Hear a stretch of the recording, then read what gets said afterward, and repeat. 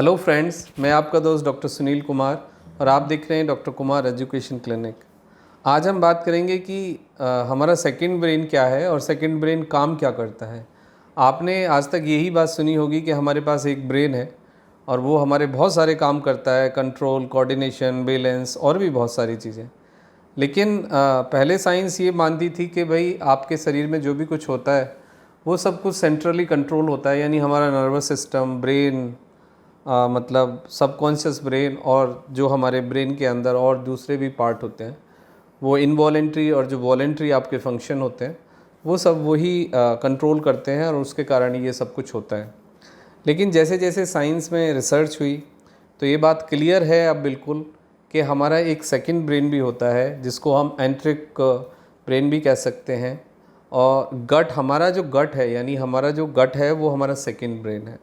इसको मैं आज एक्सप्लेन करूंगा और क्लियरली आपको बताऊंगा कि कैसे हमारे जो गट का स्वास्थ्य है वो निर्धारित करता है सब कुछ, और लगभग 90% जो हमारी बीमारियां हैं वो गट के कारण हैं, यानी गलत खान पान के कारण है, गलत लाइफ स्टाइल के कारण है, गलत सोच के कारण है। और यदि हम अपने खान पान और अपनी सोच और अपनी अप्रोच को यदि बदल लें तो हम अपने जीवन में बहुत सारी बीमारियों को ठीक कर सकते हैं। एग्जाम्पल के लिए जैसे ओबेसिटी है, फैटी लिवर है, डायबिटीज़ है, इंसोम्निया है, डिप्रेशन है, एंजाइटी है, माइग्रेन है, लूपस है, और आपके जो इन्फ्लामेटरी डिसीज़ हैं लाइक लूपस है, आर्थराइटिस है। तो और भी बहुत सारी ऐसी चीज़ें हैं जो डायरेक्टली हमारे गट यानी हमारे एब्जॉर्प्शन वाले पार्ट से, यानी हमारा जो मेटाबॉलिक प्रोसेस है उससे प्रभावित होते हैं। और लोग आपने मेटाबॉलिक सिस्टम पे काम ना करके चीज़ों को या तो सिम्टोमेटिक ट्रीटमेंट लेते हैं या उनको सप्रेस करते हैं, या फिर और कुछ जो लाइन ऑफ ट्रीटमेंट होता है उसका कुछ ऑब्जेक्टिव दूसरा ही हो जाता है। जैसे कि कुछ बीमारियों में देखा जाए तो सिम्टोमेटिक मैनेजमेंट होता है, या फिर जो दवाइयाँ दी जाती हैं वो प्लेसिबो होते हैं, या फिर मल्टीविटामिन्स होते हैं, या फिर वो बॉडी के जो सिस्टम है उसको रेगुलेट करने में मदद करते हैं। यानी कि जो रूट कॉज है वो अपनी जगह वैसे ही बना रहता है और हम एक सिम्टोमेटिक ट्रीटमेंट यानी सिम्टोमेटिक मैनेजमेंट पेशेंट को देते हैं। जब तक आपका पेट ठीक नहीं रहेगा, आपका डाइजेस्टिव सिस्टम ठीक नहीं होगा, जब तक आपको सही तरीके से भूख नहीं लगेगी, जब तक आप सही तरीके से आपके बॉडी के अंदर फूड एब्जॉर्ब नहीं होगा और एक्सक्रीशन नहीं होगा यानी पेट साफ़ नहीं होगा, तो आप ये भूल जाइए कि आप ठीक होने वाले हैं।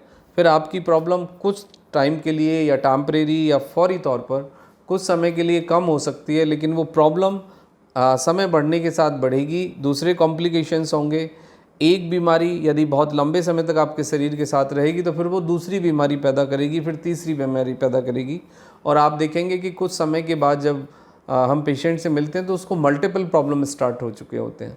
इसका कारण, एक बेसिक कारण होता है कि हमने अपने पेट को ठीक नहीं किया होता है, हमने अपने मेटाबॉलिक सिस्टम को नहीं समझा होता है, हमने अपने सेकंड ब्रेन को नहीं समझा होता है। आयुर्वेद में आपने सुना होगा, बहुत सारे लोग कहते हैं कि जो बीमारी की जड़ होती है वो पेट में होती है, यानी बीमारी की जड़ को ठीक करना है, हमें रूट कॉज को हिट करना है। जड़ है हमारा पेट।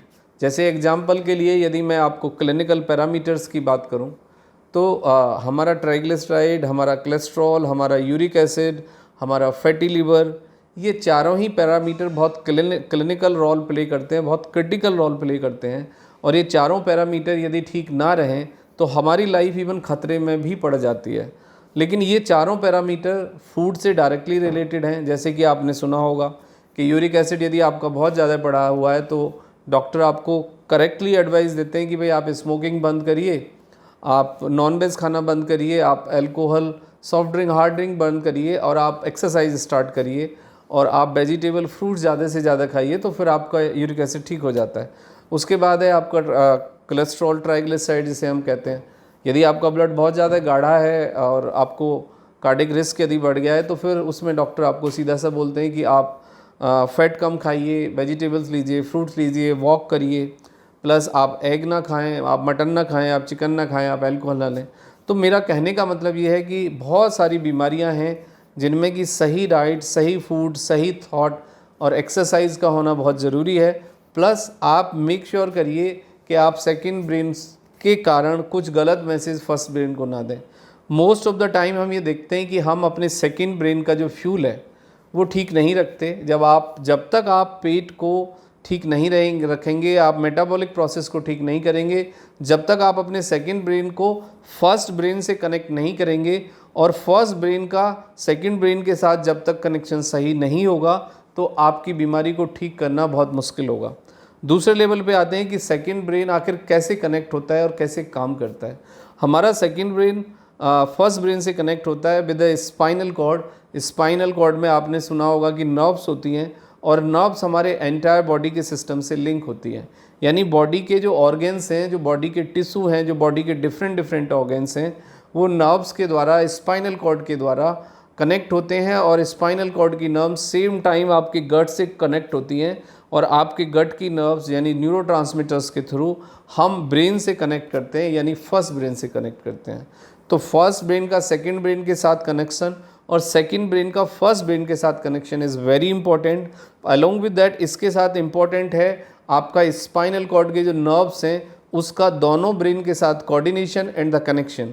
जैसे जैसे ये कोऑर्डिनेशन कनेक्शन इम्प्रूव होगा, एस्टेब्लिश होगा, तो आप न केवल दोनों फर्स्ट और सेकंड ब्रेन की हेल्थ को इम्प्रूव होते हुए देखेंगे, बल्कि एक कोऑर्डिनेटेड, एक कम्पैक्ट, एक एनर्जेटिक और होलिस्टिक यानी एक होल आपका बॉडी ब्रेन इमोशनल सेंटर, आपका गट, ये सब आपको हेल्दी रखेंगे। प्लस आपको भूख प्यास ज़्यादा बेटर समझ आएगी, चीज़ों को ज़्यादा बेटर आप समझ पाएंगे, चीज़ों के साथ आप ज़्यादा बेटर लिंक कर पाएंगे। और जो आपकी लाइफ स्टाइल डिसीज़ हैं, most of the lifestyle diseases is related with your gut, related with your metabolic system, related with your second brain. तो there is a need to connect clearly, coordinately, and आप फिर ज़्यादा better अपनी भूख प्यास को समझ पाएंगे। बट सबसे पहले जो आपका फ्यूल है वो फर्स्ट ब्रेन का फ्यूल हो और या फिर सेकंड ब्रेन का फ्यूल हो, वो आपको ठीक करना होगा। जैसे आप किसी भी, सपोज एग्जांपल के लिए मोटरसाइकिल हो या फोर व्हीलर हो, जैसे हम पेट्रोल वाले इंजन में पेट्रोल डाल सकते हैं और डीजल वाले इंजन में डीजल डालते हैं, यानी कि हर इंजन का एक फ्यूल होता है, सेट ऑफ फ्यूल फिक्स होता है। उस तरीके से ही हमें अपना खाना यानी हमारा अपना जो फ्यूल है उसको ठीक करना होगा। गलत जो फ्यूल है वो दिमागी हो या वो शारीरिक हो या फिर वो आपकी गट यानी आप जो भी फूड ले रहे हैं उसको हमें ठीक करना होगा, तो फिर आप काफ़ी बेटर फील करेंगे। अब इसको यदि हम साइंटिफिक वे से समझें तो जो हमारा एंट्रिक नर्वस सिस्टम है वो हमारा सेकंड ब्रेन है। तो हमारी ज़रूरत इस बात की है कि आप अपनी स्पाइन को चार्ज रखें, स्पाइन की हेल्थ को ठीक रखें और आप कोऑर्डिनेटेड और बेटर फील करेंगे फिर। तो ये बहुत इम्पॉर्टेंट पार्ट है। तो यदि आप हेल्दी रहना चाहते हैं, आप life style problems like IBS है या फिर आपको कॉन्स्टिपेशन है या आपको बहुत ज़्यादा गैस बनती है, पेट में दर्द होता है, आपको स्टोन हो गया है या स्टोन होने की संभावना है और आपका फैटी लिवर है, मोटापा है, माइग्रेन है, डिप्रेशन है, एंजाइटी है, and they are an number of the disease जो आपके स्किन से रिलेटेड हो सकती हैं या फिर और दूसरी भी डिसीज़ हो सकती हैं। It's directly related with your gut. तो आप अपनी गट को ठीक करिए, दोनों ब्रेन के कनेक्शन को ठीक करिए, तो फिर आप कंप्लीटली नेचुरली ठीक हो पाएंगे। Thank you very much and take care yourself.